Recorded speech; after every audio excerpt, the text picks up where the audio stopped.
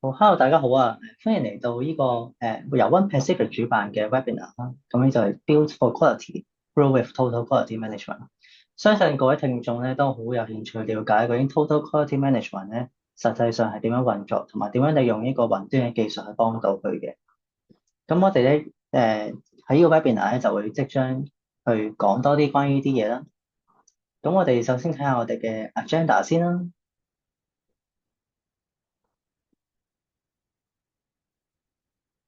咁我哋咧首先就會介紹一下我哋成個 webinar 嘅speaker 啦，同埋我哋嘅主題嘅。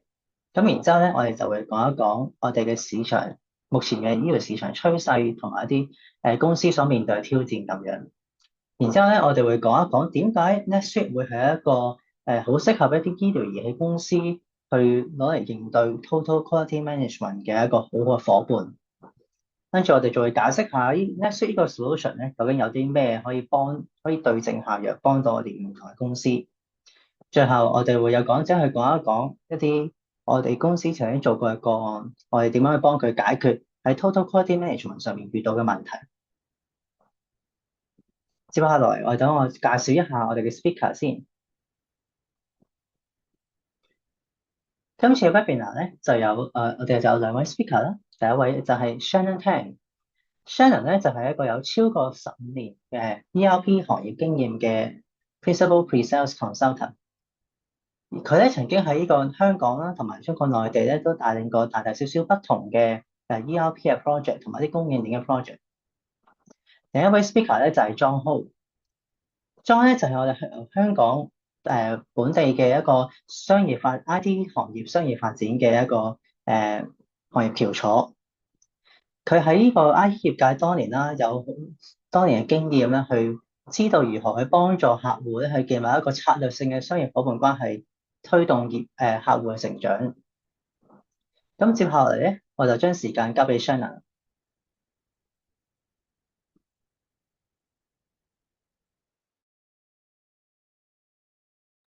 hey，大家好，我係 Shannon。咁好高興喺呢個 webinar 度認識大家。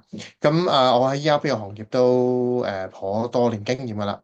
咁今日咧，而家我哋就想講解一下喺 medical device 呢個 industry 入邊喺香港嘅環境咧，同埋全球嘅趨勢啦。同埋喺呢個行業入邊咧，其實每一個唔同嘅你哋嘅商家啦，遇到嘅問題，咁我盡量之後就會講解翻。咦，如果我哋用NetSuite 可以點樣將事情所有一體化啦，同埋可以幫助大家點樣去 optimize 你嘅 operation，係啦，希望咧就可以帶動更多嘅生意嘅。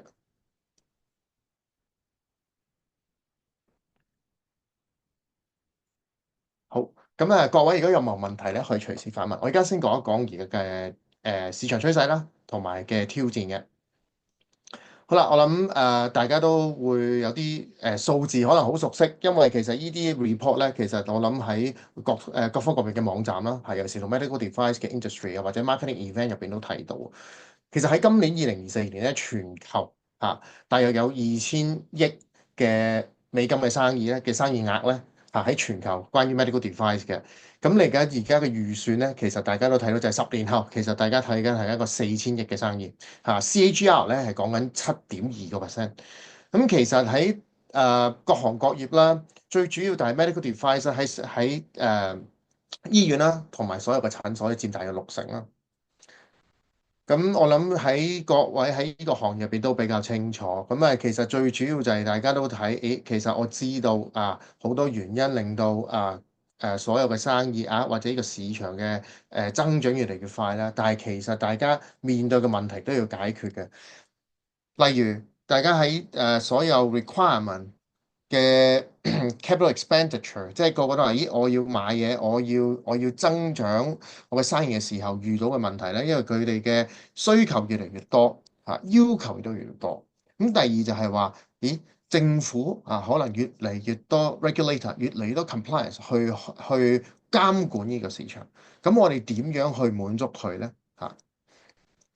誒，我揀呢個方案之前咧，我都想講一講以下大大家遇到嘅問題。第一就係話，咦，其實我可能每一日好多唔同嘅客人我要面對好多唔同嘅需求、唔同嘅要求唔同嘅問題。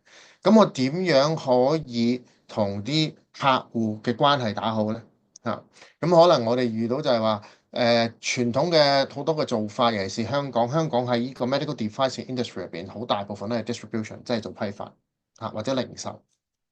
咁喺呢個方向就係話，好多客人我點樣去管理嘅時候，未必有一套 system 去管理，或者有啲好普通嘅 CRM 去管理，形成咗咩咧？形成咗好多 data inaccuracy，即係數據嘅唔完整啦，令到追蹤難啦，令到可能有時客戶要求會遺失咗啦，或者有啲唔足夠嘅。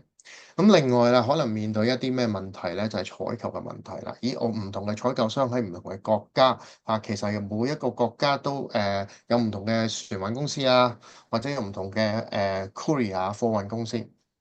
咁我點樣去 keep track on 呢啲咁嘅 logistic 咁我哋見到啦，喺市面上咧，其實而家都有好多嘅同行啦都係點解咧？都係可能用一啲好傳統嘅方法用 Excel 電話email 咁樣去追所有嘅 purchase order purchase order 唔係淨係客人俾你嘅 purchase order，係甚至乎係你俾 supply 嘅 purchase order。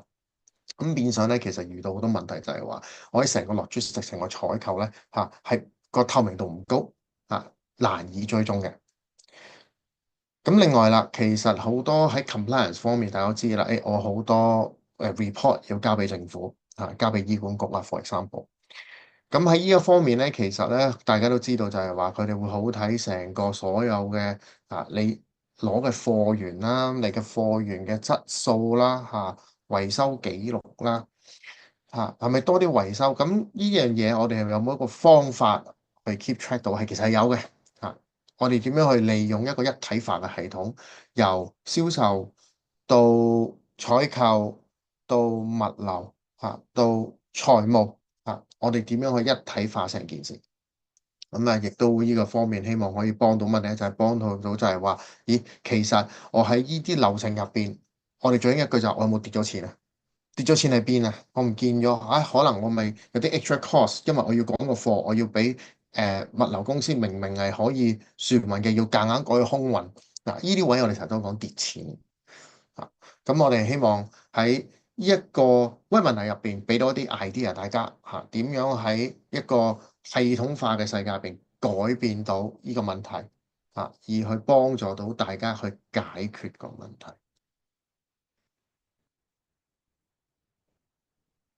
嚟緊咧，我係想講，咦，Oracle NetSuite 喎，我諗大家都可能聽個名聽得好多Oracle。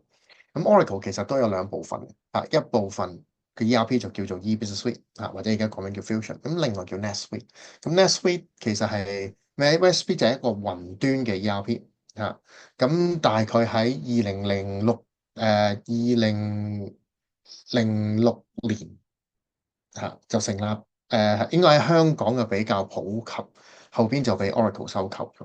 咁但係我想講一講，其實 NetSuite 點樣幫到你咧？頭先所講啦，我哋就用系統化、一體化去睇成件事。第一就係話，我將個成個 operation 一個流程由始至終我跟到尾嘅。第二就係話，我實時real time 可以睇到所有嘅 financial report 嘅 forecast 呢個咧好幫助到大家去了解咧每一日嘅財務狀況啦包括銷售啦包括你嘅 cost 啦你嘅 account payable 啦，你嘅 account receivable 啦透過呢啲方法，我用好多唔同嘅分析報表啦分析嘅 dashboard 啦，去幫到大家去了解其實而家我嘅生意狀況，我點樣可以去減低個成本啦加強我公司落嘅韌性啦，咁我可以利用好多大數據去幫助大家去點樣去 plan 去做一個嚟緊公司嘅長遠嘅 strategy。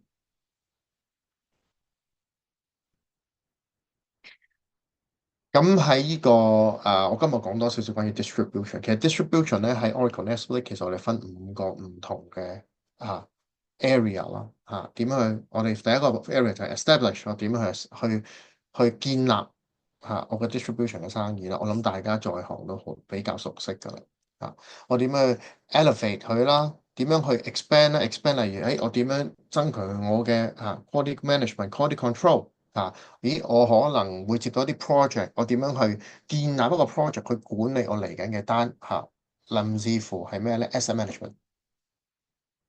第三個就係我點樣去增強我自己嘅 sales 嘅能力啦，我點樣去 control 我嘅 revenue 啦，令到我喺每一個 sales order 入邊，或者每一個唔同嘅投標嘅 project 入邊，我都係比較樂觀嘅收入。咁最後啦，我點樣去 dominate 啦？我點樣去利用其他嘅工具，例如 AI 啦，或者物聯網啦，點樣去幫助大家去更加強化你哋嘅生意？咁好啦，我講一講，其實 Oracle NetSuite 大家都聽，其實入邊包括咗咩咧？最基本嘅喺我哋上面咧，其實包括咗有幾個唔同嘅portal 啦。第一就係個 customer portal 呢個 customer portal 係幫到大家係咩咧？幫到就係所有嘅客人可以另外一個平台，佢可以喺度報得可以睇翻佢嘅 logistic 啦。可以直接喺度俾 sales order 你哋可以改傳統嘅方法就係 email 電話，可能佢哋有一個比較系統化嘅方法去幫到你哋喺個系統度直接入單啦。咁另外有個 vendor portal，即係同 supplier 裏面嘅溝通啦。咁 supplier 我點樣去 request 可能有陣時我哋會我要 source 一啲嘢嘅時候，我會出個 RFQ 咁我可以喺呢個 portal 入邊distribute 啲 RFQ 俾啲 supplier。咁啊 supply 喺呢個 portal 入邊咧，亦都可以覆翻佢嘅 RFQ 啦。另外佢嘅報價單啦甚至乎你可以喺呢度落單俾佢，佢喺個 vendor portal 度攞單都得。咁Finance Partner Portal 呢一部分咧，就係話幫到大家點樣咧？就係話可能我唔係淨係一個嘅，我同其他公司有合作嘅。咁我點樣可以利用呢啲呢個 portal 去？我可能有個 project 收到，我有啲嘢同佢合作，有啲 sales order 或者有啲 PO，我要經過呢個 portal 俾我嘅 partner 嘅時候，亦都係用呢個數字化、數據化嘅形式去做。好啦，咁主要呢啲就幫助到大家去點樣將成個 supply chain 咧係做一個好嘅 collaboration。後邊啦，咁主要啦，我哋嘅功能啦，咁 ERP 可能大家都聽得好清楚主要功能有 sales 啦，有 procurement 啦，有 production 即係 manufacturing 啦，有 finance 啦，有 inventory 啦。咁其實大家都講得啱嘅，除咗呢幾樣嘢之外，其實我諗大家知道喺呢10至20年咧，ERP 有好大嘅改變，咁亦將好多唔同嘅功能咧亦都融合咗一個平台度。第一就係客戶管理 CRM。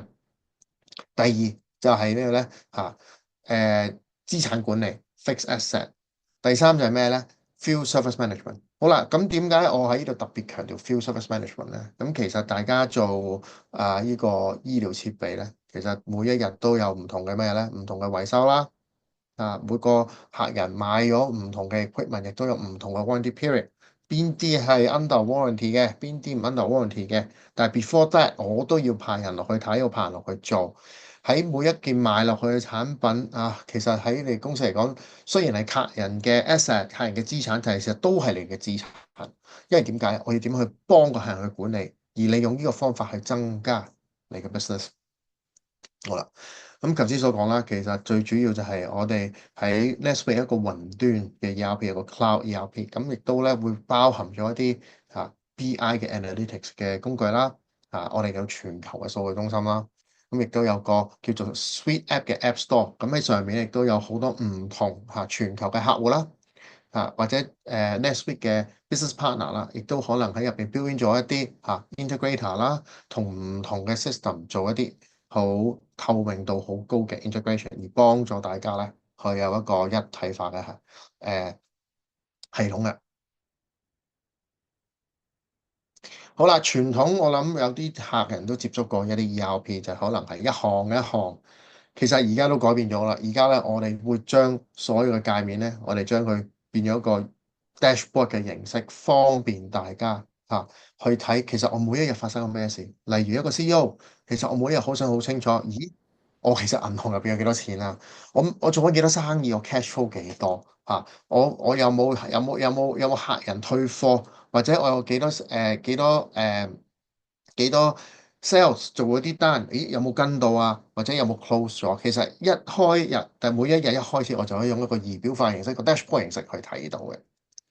好啦，另外啦，可能 CFO 嘅角度啦，咦，我其實想了解真真正正我公司嘅財務狀況喎，我 cost of goods 幾多啊？我每個月其實或者每個 quarter 入邊，我個 gross profit 幾多啊？我有幾多 expenses 啊？咁亦都每一日咧，佢可以咧入到去系統咧，就可以用呢個dashboard 咧，就睇到每一日其實嘅發生咯。佢亦都喺右手邊呢個 KPI meter 啦。咁其實可以除咗我哋 system 入邊有一個 build in 嘅之外咧，其實客戶咧都可以根據佢嘅需要咧，去建立自己嘅 KPI meters 啦，或者 sales sales meters 啦咁樣。OK，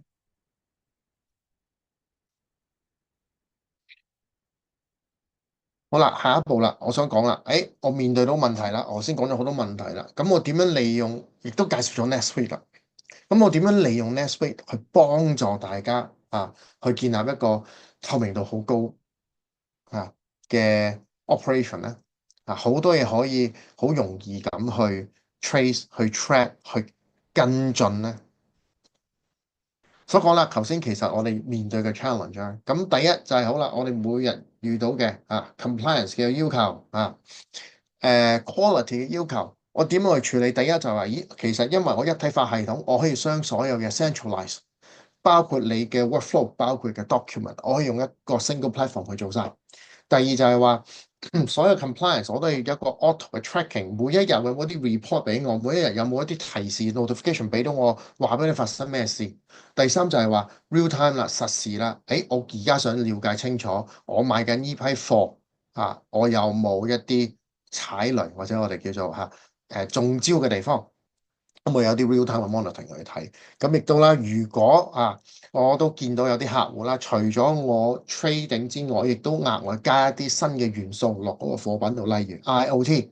好啦，咁我可能都有啲個細嘅 development 嘅情況底下，我點樣 track 我依個產品？其實我喺依個 development 嘅情況係點樣咧？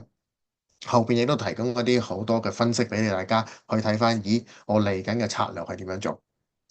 好啦，去到 supply chain 方面啦，咁其實大家想知道，咦，其實我出貨入貨，我買貨，我送貨嘅情況啦，咦，我有冇過量倉存啊？我點樣去管理倉存啊？我可唔可以唔坐咁多貨？我想根據翻我有嘅需求嘅 sales order 去訂翻應該有嘅貨。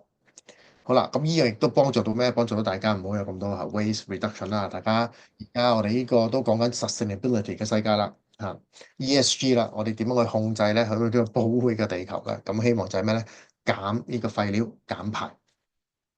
咁另外啦，當大家好清楚成個 inventory 啦，成個supply chain 嘅時候咧，我有冇方法令到supply chain 更加 smooth 咧？我點樣更加快去通知我嘅 supplier？我點樣更加快通知我嘅客戶？咁亦都可以用呢個系統啦，因為我所有嘅流程都好清楚啊嘛，我可以做一啲比較 streamline 嘅 supply chain process，例如我有我有一啲相應嘅運輸公司啦、物流公司咧，我可唔可以將呢個叫佢哋幫我送貨佢哋話俾我聽嘅資料自動化啦？呢個係一個 example 嚟嘅。咁當然啦，亦都係同一時間就係話我可以實時追蹤每一個流程嘅狀況。咁到最後啦，我想知道其實我客戶同我哋嘅關係係點樣啊？佢有冇俾好多單我哋甚至乎，咦，我有冇一啲 booking system 佢可能落一啲 service 嘅時候，直接同我哋嘅 system 做一啲 integration 啦，亦都可以利用呢個 CRM 啦，佢就可以喺呢個財務方面啦。我想睇翻，咦，其實我每一張單，我每公司嘅內部成本係幾多？有冇一個方法好清、好一目了然睇到，係亦都可以嘅。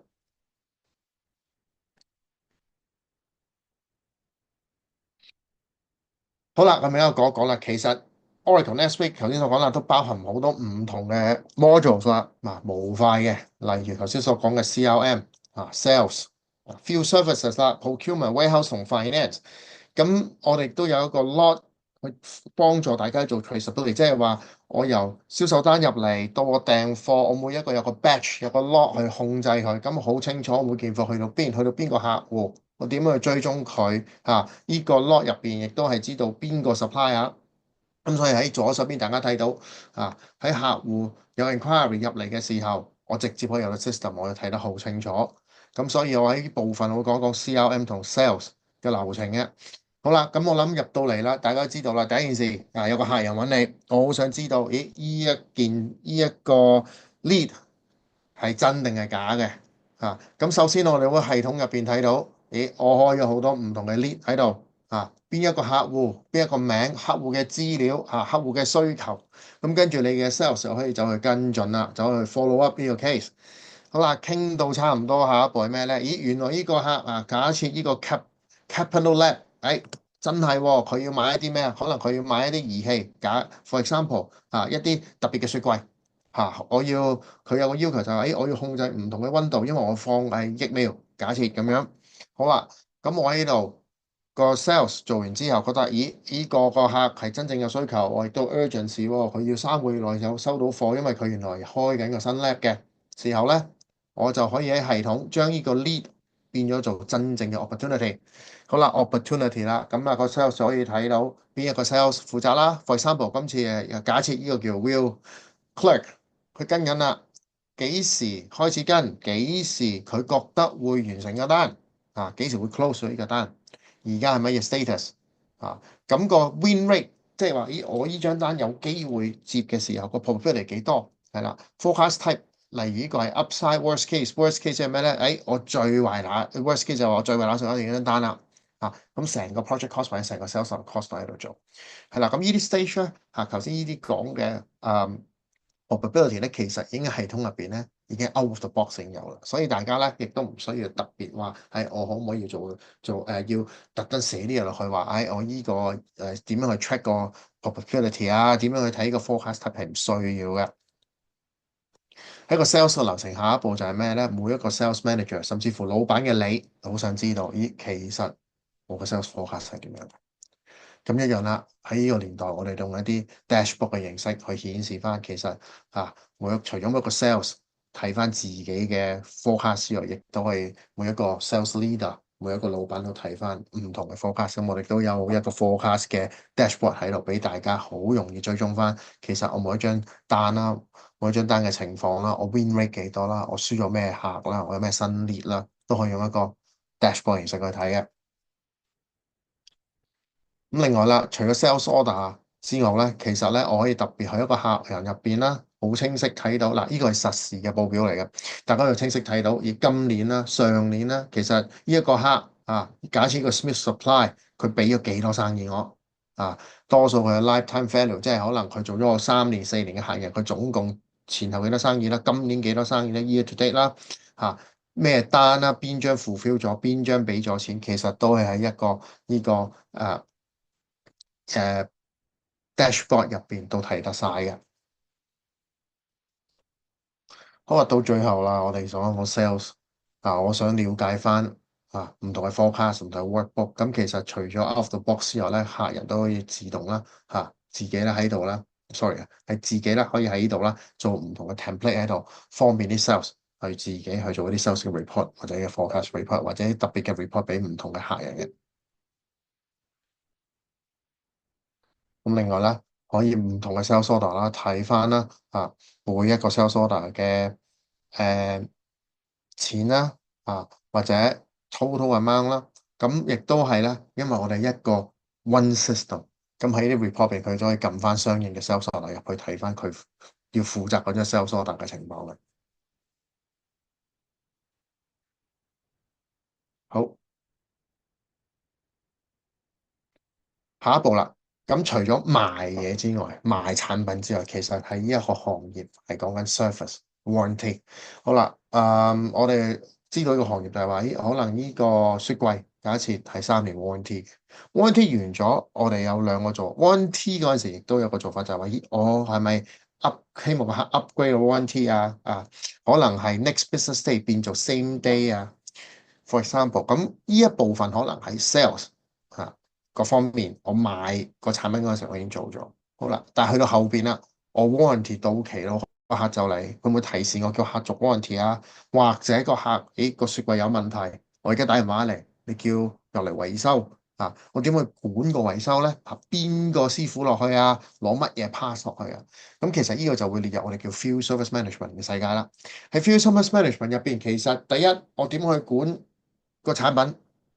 我哋叫 Asset Management。嗱，Asset Management 唔包括淨係管你個客嘅產品嘅喎，亦都係管自己嘅資產嘅喎。嗱，我哋分兩邊嘅，一邊 fixed asset 資產就係財務嘅，另外即係實體嗰個資產啦。假設你咩咧？我自己入邊嘅車隊嘅車啦或者我有 office 個 office 入邊嘅風火水電天地門窗呢啲都係叫 asset management。好啦，喺個 asset management 入邊，我而家我 focus 翻喺客戶嗰度先。咦，第一我想知道就係、我個客戶我買咩落去？今次 example 就係話，我一個冷氣機，我買個冷氣機落去乜嘢冷氣機，乜嘢 description 係啦，去咗邊個度？咁我哋係一個 system 去 hold 過呢啲 record 啦。咁第二樣就係話啦，咦，個客戶打嚟，喂，我個雪櫃壞咗喎，咁點啊？以前嘅做法，打電話嚟，姐姐仔就可能開個 Excel 睇，咦，我有冇師傅嚟啊？而家就唔係嘅，第一件事，我喺個 system 入邊開一張 sales order，叫 service order。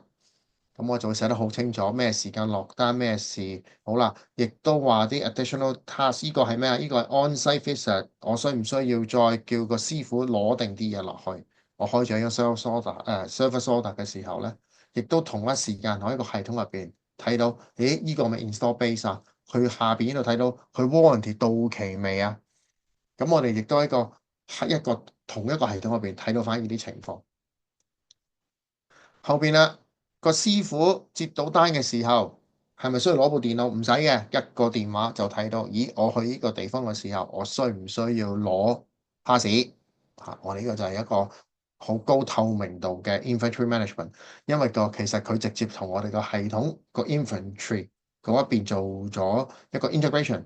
咁所以其實每一個除咗你個 product 之外，你嘅 pass 都會喺你個 inventory 一個好 clear 嘅 record。咁佢都好清晰睇到，咦，我需要根據呢張 sales order，我係要攞啲咩 pass 去個客度嘅。另外啦，before 我派個師傅落去嘅時候，我亦都好要清楚，咦，呢個師傅有冇時間啦？乜嘢師傅啊？喂，佢係整電嘅定係整泵嘅？我亦都可以喺個系統入邊睇到。第一，我可唔可以自動排個 schedule，或者我可唔可以睇到邊個師傅喺附近？佢做完一個 project，我 assign 佢落去。第三，你睇到點解下面有個 map，就係話，咦，我可以喺唔同嘅 location 睇到唔同嘅師傅去咗邊度做緊啲乜嘢。後邊啦，咁以前嘅 service order 就一張紙啦。咁我諗而家好多大家啦喺日常生活入邊，有陣時整冷氣啊、整雪櫃屋企嘅入邊，都啲師傅而家都係咩咧？攞部 iPad 出嚟簽個名啊。咁亦都啦喺 Oracle NetSuite 嘅 Field Service Management 入邊咧，亦都會做緊同一樣嘢，包括埋除咗佢喺個 iPad 度簽名之外啦，亦都係將呢個 report send 翻俾客戶嘅。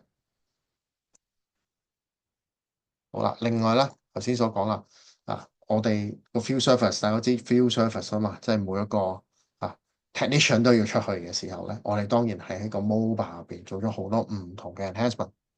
佢會睇到佢有幾多張 service order 佢要做啦，assign 咗俾邊個啦，有冇一啲 safety analytics 即係我做每一個 job 嘅時候，我有冇啲 pre-request 嘅 procedure 要做或者之後啦，我睇翻我做完前、做完後。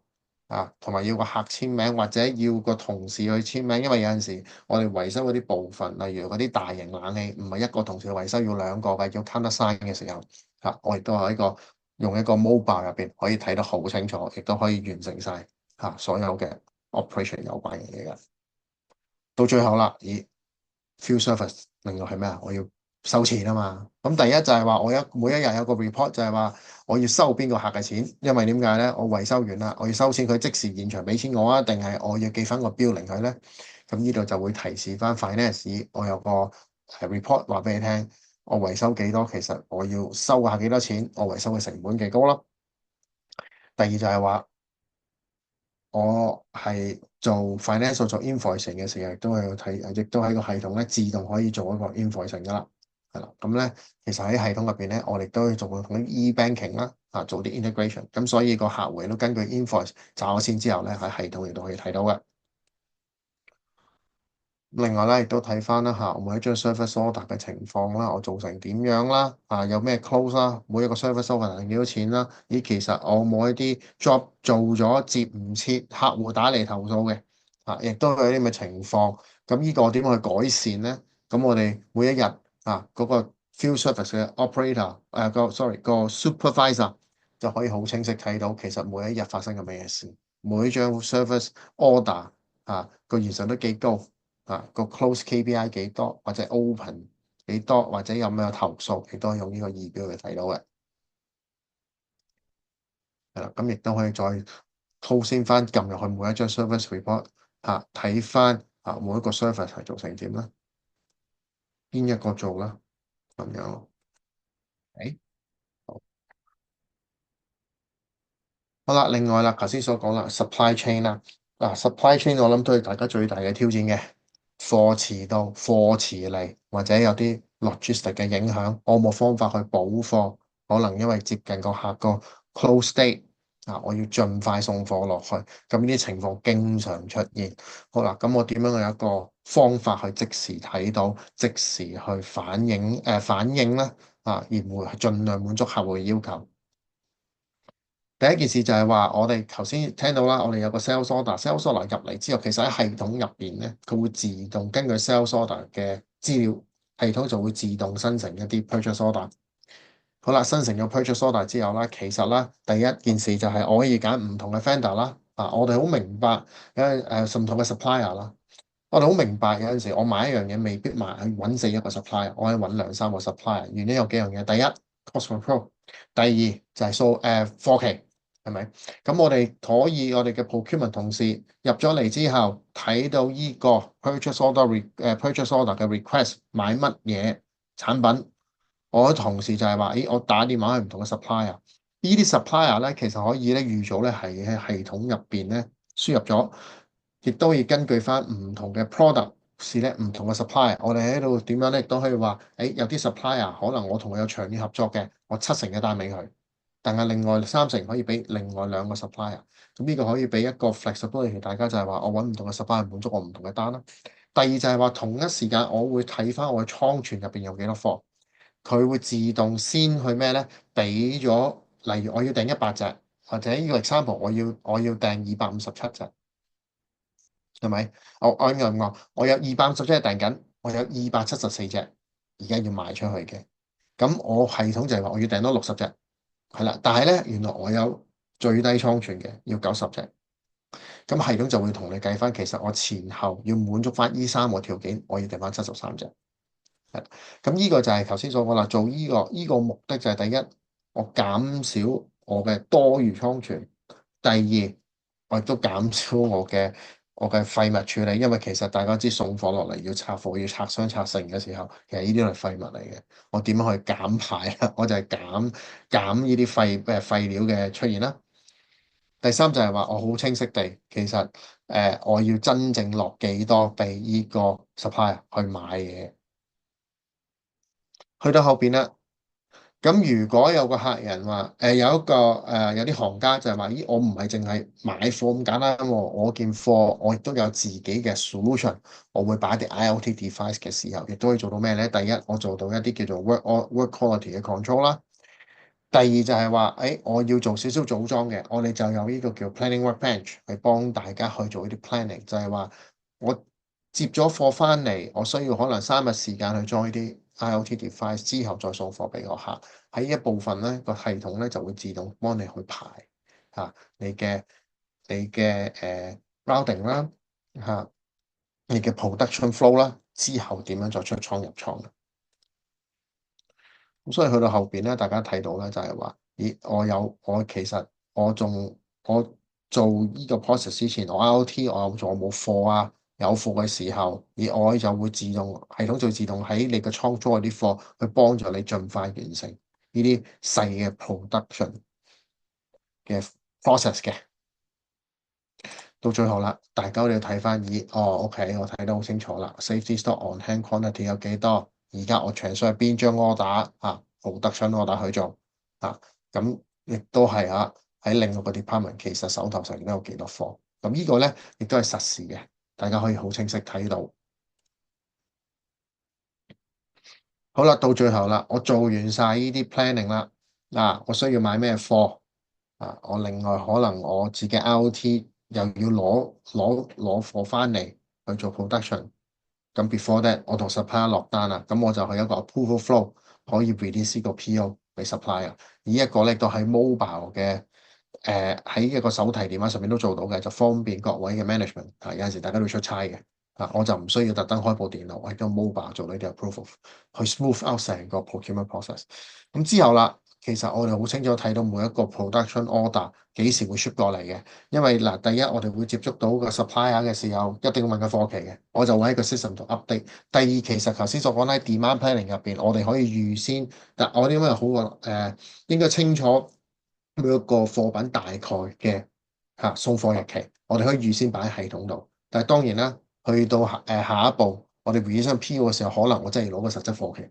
咁呢一度咧，亦都可以方便大家 update 啦。update 完之後咧，我就可以 release 個 PO 出去俾 supplier。咁所以咧有兩部分啦，作為一部分，第一我就可以睇到我嘅 inventory 嘅情況啦，用個 dashboard 嘅模式。第二就係話我睇到個 cost of goods sold。第三我可以睇到咩咧？就係我睇到我嘅 inventory，我嘅貨入嚟嘅時候準唔準時，或者我 even 我送出去嘅時候準唔準時，亦都用個 dashboard 形式睇到啦。另外啦，我亦都可以做一啲 predict risk 點解？因為大家好清楚，有陣時天災橫禍難以估計我點樣可唔可以去 minimize 我每一個 supply chain 入邊嘅，例如收貨發貨嘅影響咧嘅 impact 咧，其實咧喺 NetSuite 入邊咧，我哋都有個叫 predicted risk 可以幫你做到呢啲分析嘅。所以大家可以睇到右手邊有一個叫 confidence level。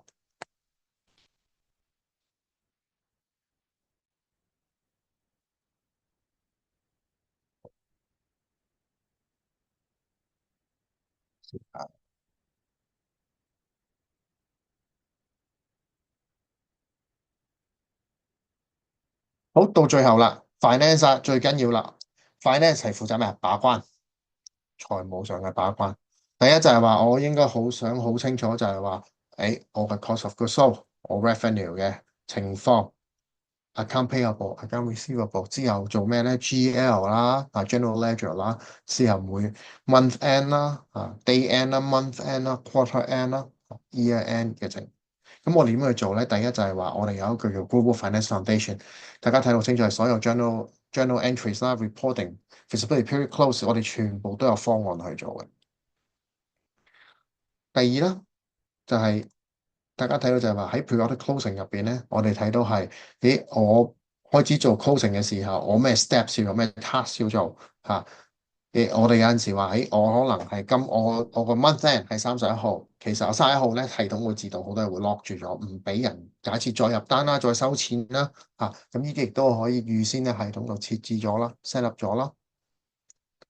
後邊咧你睇到咧就係話，我亦都會睇到唔同嘅 closing 啦，我撳入去咧睇到唔同嘅年份嘅 close 啦，我冇鎖咗佢啦，唔俾其他人去再喐動呢啲 transaction 嘅。另外啦，intercompany 即係可能我哋有啲行家會點咧？我有間公司負責買嘢嘅，但係我另外一間公司負責做組裝，因為點解組裝我先係我嘅產品我哋做 OEM，但係可能我亦都做一啲 OEM 以上嘅嘢嘅時候咧，咁我哋都去做一啲 intercompany 啦，或者好似有啲行業咧有唔同嘅 country 啦可能我有可能我香港係 headquarter，我有個銷售 office 喺越南嘅。咁我需要 intercompany transfer，咁呢啲咧 intercompany 嘅 reconciliation 咧，其實可以喺 system 一早 set up 咗啦。咁咧，當每個 day end 或者每個 month end 嘅時候咧，亦都可以做一啲 intercompany 嘅 transaction，好清晰地每間 subsidiary 發生緊咩事。localization 啦，咁頭先所講啦，其實本地化好緊要啊，因為有唔同嘅國家啦，大家可能喺唔同嘅國家有 office 啦，咁亦都我哋有根據翻唔同國家嘅條例啦，有好多localization 已經 built in 咗喺 system 入邊嘅，最大 example 就係中國內地啦，我哋同呢個金稅啦做到 integration 啦，咁所以喺大家報稅方面係比較方便啦，比較快啦，因為 system 已經 ready 咗喺度啦。呢個就係 example 係金稅啦。我另外啦做 budget 啦，我點樣？我每個月或者每個 quarter 都做 budget 嘅，我哋可以做到喺個 system 入面做個 budget consolidation 啦。咁大家睇到就係可以根據翻你嘅 cash flow equipment 啊，每一個唔同嘅 budget 去做翻啦。去揀個 primary account book 去做啦。之後啦，大家可以睇翻，咦，我嘅 tax report 啲 tax 嘅情況係點樣？我點樣去慢慢做呢個 consolidation 啦。同埋大家可以睇到 tax return set up 咧，咦，其實已經本身咧係 built in 喺個 NetSuite 入邊噶啦。咁到最後啦，其實我哋有一個好強嘅 tools 叫 Solution 7嘅點咧，就係將你哋嘅 financial report 可以 export 到一個 Excel 度，咁方便大家去做一啲更改啦，做一啲更改啦、update 啦，之後都可以同一時間咧 upload 翻上去 NetSuite，咁咧咁之後咧你嘅所有嘅 forecast forecast G account 嗰啲咧嘅 budget 就會越嚟越準確噶啦。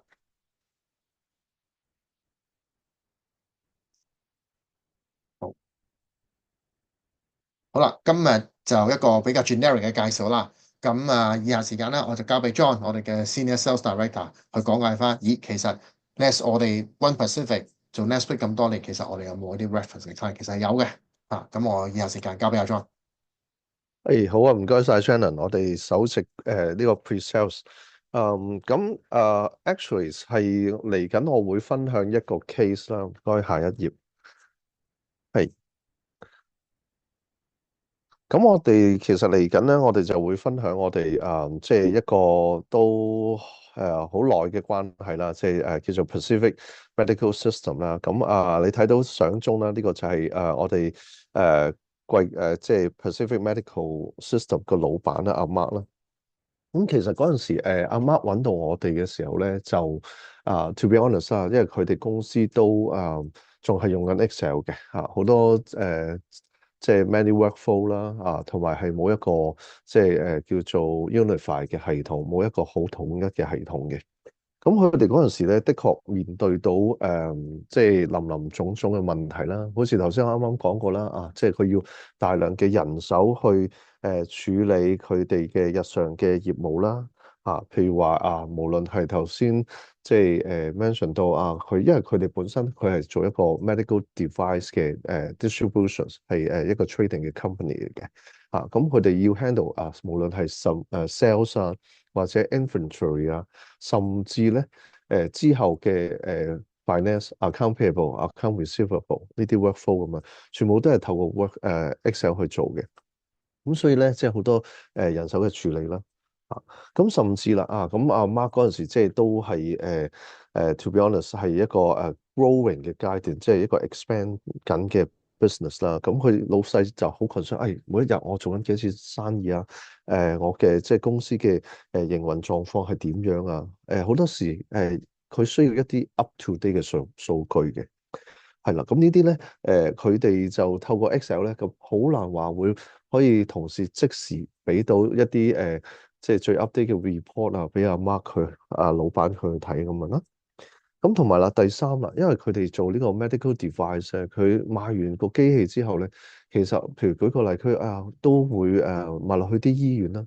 咁去醫院要 call service 嘅時候，佢哋要用人手去 assign 啲同事去邊個師傅去邊間醫院，究竟個情況做咗未做成點樣，或者係做完之後佢出翻個 billing 嘅時候，全部都係要人手 manual 去做。咁所以咧，令到阿 Mark 咧，真係佢嗰陣時都咁講真係頭都大晒。係啦，咁甚至啦最後咁我當然因為可能有政府嘅 regulations或者係一啲行業嘅 standard 啦，咁我做 medical device 嘅時候咧，咁其實我係要即係定期匯報翻嘅我個 device 去到即係邊間醫院佢嘅狀況係點樣佢相關嘅 certificate 嗰啲證書有冇過期咁佢哋都要出翻啲 report 咧，即係 submit 翻俾政府相關嘅部門咁樣嘅。咁所以咧，頭先 mention 以上嗰啲咧，就係即係我哋簡稱 PMS 啦。咁Mark 遇到嘅一啲乒乓咧一啲問題。咁好啦，咁當然啦，佢哋揾到我哋嘅時候咧，咁我哋就好認真咁樣同佢做過一啲discovery call 啦，了解翻佢哋嘅乒乓 requirement 啦。咁我哋咧就透過 NetSuite 咧，咁就幫到佢即係有幾個 benefit 咁樣嘅。咁第一，我哋就即係建議佢啦，當然用呢個 Excel 其實就會即係唔係咁 streamline，佢好多 workflow 咧都好 manual。咁透過 NetSuite，咁好似頭先阿 Shannon 咁樣 sharing 啦，咁NetSuite 係一個 single platform，並且係一個雲端嘅技術。背後咧，我哋係用咗呢個 Oracle 即係嘅 infrastructure，簡稱 OCI 啦。咁所以喺個 data 嗰方面咧，個 security 咧係非常之穩陣嘅。亦都有晒譬如話 ISO 27001呢啲嘅certificate 啦。咁所以啦，即係俾到個 peace of mind，俾到個信心咧。阿 Mark 就話：會唔會話我啲即係敏感嘅資料會外泄會唔會遇到即係 cyber attack 咁樣？咁呢方面就令到佢就真係好放心啦。咁亦都即係順帶一提啦，我哋亦都有即係一個客戶咁佢都有用過Oracle NetSuite，正正就係遇到一個 DDoS 一個 cyber attack，唯一全間公司唯一可以繼續營運用到嘅系統咧，就係 Oracle NetSuite，其他嗰啲系統咧中晒 DDoS 嘅。係啦，咁呢個就順帶一提啦。咁除咗呢個 single platform 之外啦，因為所有嘅 data 咧都會喺呢個platform 上邊啦，咁以至到減少好多部門同部門之間咧因為即係啲 data 唔 in sync 係會引發出嚟一啲嘅即係 conflict 或者一啲唔開心嘅爭拗啦。咁即係令到老闆咧，即係喺呢方面咧都減少咗好多麻煩即係唔會話finance 又話你啲sales 嘅 data 又未 update 喎，即係師傅做完個 case 之後，咁未 update CS team 喎，咁呢啲咁嘅情況咧，透過 Oracle NetSuite 咧就解決晒㗎啦，因為所有嘅 data 喺一個 single platform 嗰度，冇錯啦。咁頭先都 mention 到一啲乒乓啦，正正就阿 Mark 喺一個佢 growth 緊嘅即係生意裏邊，每一日佢都要 keep track 住佢嘅生意嘅情況，係個 data 係一定要好 in real time，甚至佢有時出差，佢之前未用NetSuite 呢個系統之前，佢都要專登打翻俾個同事，邊個邊個即係可唔可以轉頭2個鐘，或者放工前俾到份 report 佢。咁好多時候咧，即係負責 report 嗰個同事咧，真係即係頭都大埋，即係 OT 都搞唔掂。咁但係咧，用咗 Oracle NetSuite 咧，阿 Mark 就同我哋 feedback 翻啦。佢無論去邊度，即係 even 出差，佢其實都可以透過個 web portal 啦，咁去 log in 翻，睇翻佢公司個營運嘅狀況。今日做咗幾多錢生意有啲咩數要找喺個 maintenance 嘅 service level 嗰度做成點樣出咗幾多張 billing 有幾多錢嘅數係要收翻，一目了然尤其是頭先你都睇到即係 Shannon 嘅 sharing 啦，咁我哋嘅 Oracle NetSuite 嘅 dashboard 咧就非常之即係即係好即係我哋叫做清晰一目了然啦，係啦。咁除咗老細可以 up to date 嘅資料可以得到之外啦，咁講到關於喺個 maintenance service 啦，就 which is 頭先我哋講到啦，即係嗰個 field service management 好多時候 medical device 賣到落去即係 clinic 或者醫院，當對方客戶要 call service 嘅時候，第一我可以上翻Oracle個 NetSuite 個 portal 睇翻，有邊啲師傅我可以 assign 落去呢個 task 啦，甚至師傅落到場落到 site 嘅時候，佢會做 service 嘅，去嘅時候可以報到啦。做完嘅，我可以 update 翻個 status 啦，甚至同步將個 data 延伸翻去 finance 或者 CS team。咁由 finance 嗰邊咧，可以立即又出翻張 billing 俾個客。咁你諗到成個 workflow 個流程咧，係非常之 effective 同埋有效率嘅。係啦，咁最後啦，即係關於政府嗰個 standard 啦。咁正正因為Oracle 佢係可以 set 到一啲 automate 提醒某某嘅 medical device 嚟緊，佢嘅 certificate 可能剩翻3個月就要 expire 喎，咁可能需要同事去留意嘅。呢啲全部我哋可以透過個平台上邊做一啲 setting，俾翻一啲 notifications 相關負責嘅同事，咁以至到咧唔需要就係臨急臨忙，或者係每一次都需要用人腦去記住，咁全部都可以做到automatic 咁樣嘅 workflow 啦，係啦。以上咧就係我對即係我哋嘅 use case 啦，即係 Pacific Medical System 咧嘅 sharing 嘅，交翻俾主持Donald，唔該晒。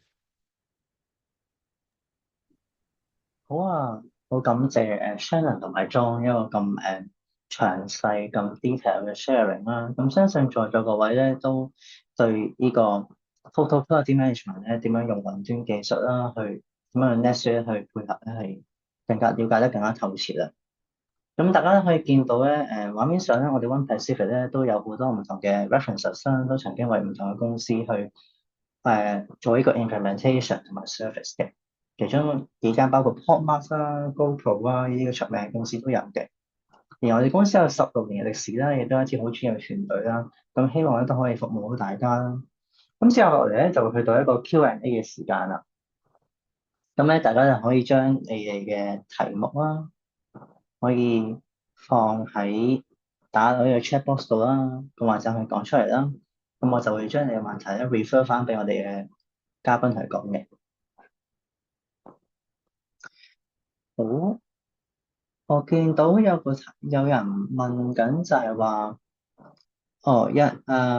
究竟呢個 project 嘅 duration 係即係一個 project 大概 last 到幾耐？個 duration 有幾長？不如 Shannon 你為你解答下。OK 好啊。嗱，generically 咧一個 ERP 嘅 implementation 啦傳統咧大約9個月，因為咧牽涉好多唔同嘅要買 hardware 係要買 server 嘅。但係因為 NetSuite 啦我哋比較唔使需要買咁多 hardware 唔需要買 server，因為係雲端。